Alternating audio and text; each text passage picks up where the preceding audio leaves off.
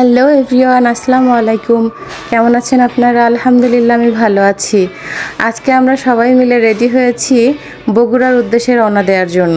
সকাল থেকে গুড়ি গুড়ি বৃষ্টি হচ্ছিল, কিন্তু যেহেতু আগে থেকে সব প্ল্যান করা ছিল এই জন্য আর ক্যান্সেল করতে পারিনি, তাই বাধ্য হয়ে বৃষ্টি অবস্থায় রেডি হয়ে চলে গিয়েছি। আমরা মাত্র সোয়া ঘন্টার মধ্যেই প্রথমে পৌঁছাই বগুড়া TMSS হসপিটালে। আসলে ওখানে আমার একজন নানুমণি ভর্তি আছে, ওনাকে আমরা প্রথমে দেখতে যাই, তারপর ওখান থেকে আমরা বিভিন্ন জায়গায় ঘুরতে যাই। বাংলাদেশের মধ্যে এটাই একমাত্র ক্যান্সার থেরাপি সেন্টার উত্তরবঙ্গের বগুড়ায় অবস্থিত। তো আমার নানুমণির ব্রেন টিউমার হয়েছিল এবং তারপরে ক্যান্সার ধরা পড়ে, এই জন্য ওনাকে এখানে কেমোথেরাপি দেওয়া হচ্ছে। এখানে 2টা রুম রয়েছে আর বেলকনি রয়েছে 2টা, সাথে কিচেনও রয়েছে। এটার ভাড়া মনে হয় মাসে 50,000 টাকা। নানুমণি খুবই অসুস্থ ছিলেন, তাকে দেখে মনটা খুব খারাপ হয়ে গিয়েছিল, এত কান্না পাচ্ছিল, তাকে এভাবে দেখবো কখনো কল্পনাও করতে পারিনি। তো আমরা ওখানে প্রায় সোয়া ঘন্টার মতো ছিলাম এবং তারপর তার থেরাপি দেওয়ার সময় হয়ে যায়, এই জন্য আমরা ওখানে আর দেরি করিনি।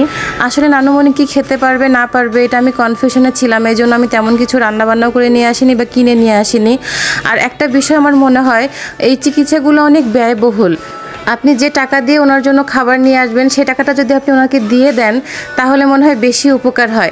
এমন না যে ওনার এই টাকাটা খুব প্রয়োজন বা আপনি এই টাকাটা দিয়ে ওনার চিকিৎসা সম্পন্ন করে দেবেন, এরকমটা না, কিন্তু উপকার হয় আর কি। ওখানে দেখা করে আমরা এখন এসেছি আমার হাজব্যান্ডের কলিগের শ্বশুর বাসায়। ভাবির সঙ্গে আসলে আমার অনেক ভালো সম্পর্ক, ওনার বাবার বাসায় এখানে আর ভাবিও এখানে, তাই এখানে চলে এসেছি। যাওয়ার সাথে তো ভাবি আমাদেরকে অনেক নাস্তা দিয়েছে, তো প্রথমে আমার মেয়েকে আর ছেলেকে খাইয়ে দিলাম, আর এরপর চা খেয়ে একটু রেস্ট নিয়েছিলাম। আমার ছেলে মেয়েরা এখানে এসে খুব মজা পেয়েছে, ওরা তো যেতেই চাচ্ছিল না। দেখুন ভাবির ছেলেদের সাথে কার্টুন দেখছে, আবার খেলছে। এই তো ভাবি তো একদম এলাহি আয়োজন করেছে, ভাবির বাসায় গেলেও সেম আয়োজন করে এরকম। ধন্যবাদ ভাবি, অনেক অনেক অনেক ভালো লেগেছে। আঙ্কেল আন্টিকেও অনেক ধন্যবাদ। তো ভাবিদের ওখানে ভরপেট খাওয়া শেষ করে এবার আমরা চলে এসেছি মোমোইন রিসোর্টে।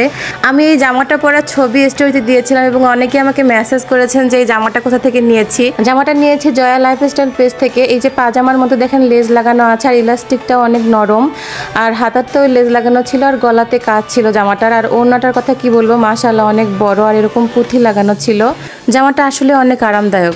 সত্যি কথা বলতে সারাদিন এত জার্নি করে, সকাল থেকে জার্নি শুরু হয়েছে, সারাদিন জার্নি করেছি, আর ভাবির বাসায় পরপর অনেক খেয়েছি। খেয়ে একটুও হাঁটতে ইচ্ছা করছিল না, যেহেতু ঢুকে পড়েছি। এখন না হাঁটলেও বাচ্চারা খুব বিরক্ত করছিল। ওদের তো এনার্জি শেষ নেই, কিন্তু আমাদের তো এনার্জি একদম লো হয়ে গিয়েছিল। তো পুরো রিসোর্টটাই আমি ঘুরে দেখেছি, কিন্তু সব জায়গার ভিডিও ক্যাপচার করার এনার্জি ছিল না, এবং কোনো রাইডসে ওঠারও কোনো এনার্জি ছিল না আসলে।